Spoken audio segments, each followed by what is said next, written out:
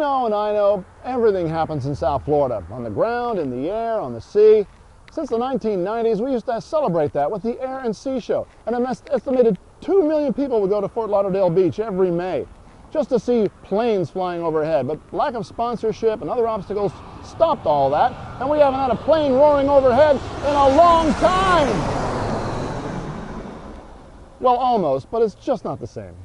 Founder Mickey Markoff brought the Air and Sea Show to Fort Lauderdale in 1995 for a 13-year run that ended in 2007. The heavily sponsored two-day event was free to the public, and it attracted large crowds every year.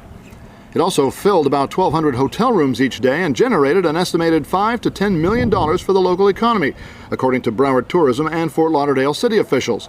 Besides the big attractions, such as the U.S. Navy Blue Angels and the U.S. Air Force Thunderbirds, the Air and Sea Show also attracted a lot of firsts, like Nicole Malachowski, the first woman Thunderbird.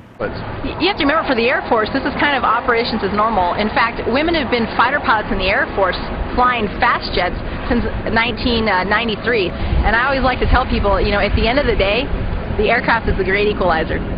When did you start flying? When did you get bitten by the bug?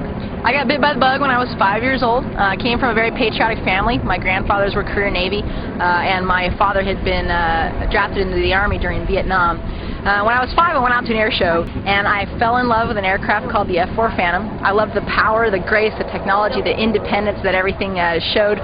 And so if you put that love of the aircraft together with that kind of love of country I was raised with, at the age of 5, I looked at my parents and I said, I'm going to be a fighter pilot someday. Another first was the introduction of the F-22 Raptor stealth fighter jet, piloted by Paul Max Moga. It's actually the new guy on the block for the Air Force. You know, it's just our newest and most capable aircraft that we have. And we're just at the point now where the program is mature enough that we can start getting out to the public. So as far as the air show is concerned, it's definitely the new guy on the block. The Air and Sea Show may have been one of South Florida's largest spectator events, but Markoff expected it to be much more. When we created the event, it was designed to help the U.S. military with their recruiting and with their morale and retention, and to reconnect the U.S. military with the American public in a positive way.